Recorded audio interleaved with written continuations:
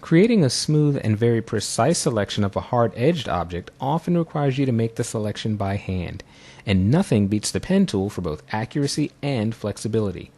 In this lesson, we'll move from relatively simple to more complex selections and see how to take advantage of what the pen tool has to offer. Let's get started as always in our Chapter 4 folder, and let's open Pen Tool. You'll notice this file is comprised of 3 separate layers, so I want you to verify that the topmost layer, titled Practice, is selected. Make sure that it's highlighted in blue. We're going to be working with the pen tool. The keyboard shortcut for that tool is the letter P. Now up here in the options bar, I want to verify a few settings before we get started. Make sure that you have this middle icon here checked. This will allow us to be working in path mode. We're not looking to create shape layers or fill our selection with pixels, which is what the other 2 options will do. And to the right of that, make sure that this very first pen icon is selected. That's our standard pen tool. To the right of it, we have a freeform pen tool, and that'll simply let you draw freehand, but for the most precise results, we really want to be using the standard pen tool. Also, make sure that this Auto Add Delete box has a check next to it. That'll make it much easier to work with paths here. And last but certainly not least, let's verify that this first icon is selected, which will put us in the add mode when we're creating points on this path. Now in our top layer here, titled Practice, I've got some shapes that we're going to use to talk about some basics of the pen tool. Now when you're going to use the pen tool to outline a subject, it's a great idea to be zoomed in at least at 100%. For complex selections, you might zoom in at 200 or even 300. For these plain shapes, 100% is fine. I'm going to press the space bar to invoke the hand tool and slide the image over to our diamond shape. We are simply going to trace the outline of this diamond. Notice that with the pen tool selected, my cursor has turned into a pen tip, and there is an X to the right of it. That means that we are about to create a brand new path here. So I'm going to simply click once on the edge, and if I click here at the top, you can see my 2 points are now joined by a straight line segment. We're simply going to click here to place another point, another down here. Now watch what happens to the cursor as I hover over the point at which I began this path. You can see that hollow circle. That means that if I click, I'm going to close this path. So I'm going to click there and close it. Now all this talk about paths, I thought we were making a selection. Well, here's the beauty of the pen tool. It actually creates a path for us. And let's go up to the window menu. And if it's not already selected, I want you to open up Paths here. I've stuck this next to History and Actions. Notice that we have something called a work path, and this work path now consists of our diamond shape. Whenever you create with the pen tool, you are creating a path. Now there are some advantages to paths that we'll talk about in a moment, but right now just be aware that instead of seeing marching ants, we're going to see a path, and it's temporarily here in this work path. Now let's press the space bar and slide over here to this heart shape, and we'll talk about how to work with the pen tool creating curves. Now I'm going to start here at the very bottom of this heart and simply click to place my first point. Now if I just click, I'm going to create a straight line segment, but obviously this heart has a curve to its shape. So instead of clicking, I'm going to click, hold down the mouse, and drag along the direction of the curve. That places a curve point, and notice that we have these 2 directional handles. As you drag out a directional handle, it influences the shape and direction of the curve. We're going to place another point here. Again, we still need a curve, so we're going to click, hold, and drag, and we're just dragging these handles out so that the outline of the curve follows our heart shape.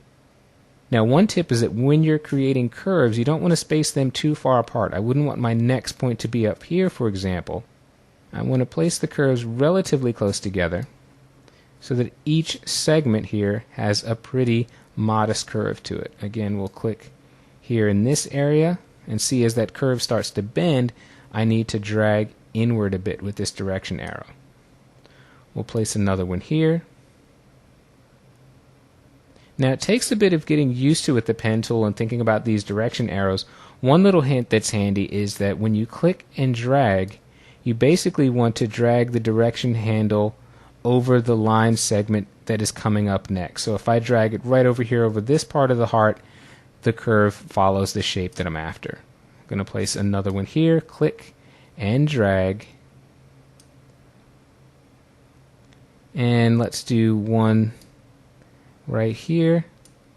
Now here's where we run into an issue. If I click and drag, it's going to place a curve shape, which is what I need, but I also need to start moving in a different direction. Here I'm going down and I want to go up along the heart here. So here's what we're going to do. We're going to click and drag to place our curve point. Notice that the directional arrow is facing down. I'm going to let go of the mouse and holding the Alt key on Windows, the Option key on a Mac, click again, and this time I can drag this direction handle, and now I want to drag this up in the direction of my heart shape so that the very next point I add will be going in this direction. So now I'm simply going to click and drag again, and you see how repetitive this gets. Now it'll take a little bit of getting used to, but if you use these practice shapes a few times, you'll get the hang of it in no time. Again, here I'm dragging until my curve follows the object nicely. I'm going to place another point here, another one down here. We don't need too much of a curve on that one. One more down here, and finally I can come down and notice that hollow circle. That means I will be closing this path. Now we did a pretty decent job. Let's zoom in to 200% here, and I want to scroll up, again invoking the hand tool by pressing spacebar. Notice how this section of the path is a little bit off. It's not quite following the shape of our heart. Now here's the beauty of working with the pen tool. We've created a path. It's located here in this work path, and because it's a path, it is editable. We can edit the shape of this path. We do that by choosing the Direct Selection tool. The keyboard shortcut is the letter A, and this tool is located directly beneath the pen tool in the Tools panel. But I want to point out there are actually two tools under here.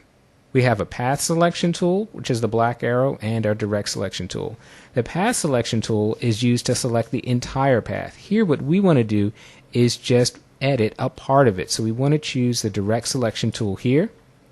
Now with that active, we'll simply click on this area of the curve, and you can see that we have a curve handle active here.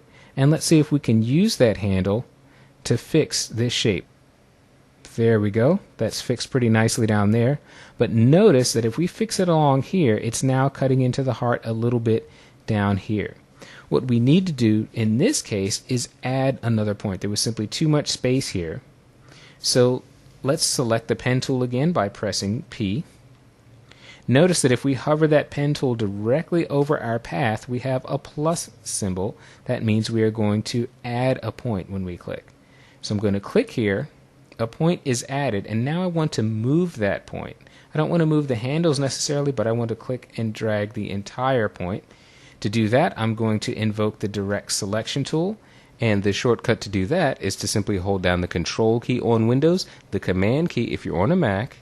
Then I can simply click and move this out, and now it follows perfectly along our heart shape. So you can see we could zoom in and we could fix tiny little areas here and perhaps over here. But again, the beauty of working with the pen tool is that it creates a path, and you can come in later on and edit that path. Now work paths do have some limitations that we're going to talk about in a few moments. But what I'd like for you to do after this lesson is to practice with these shapes. It's going to take a little bit of getting used to, but that work is really going to pay off when it's time to use the pen tool in a more real-world example like this one.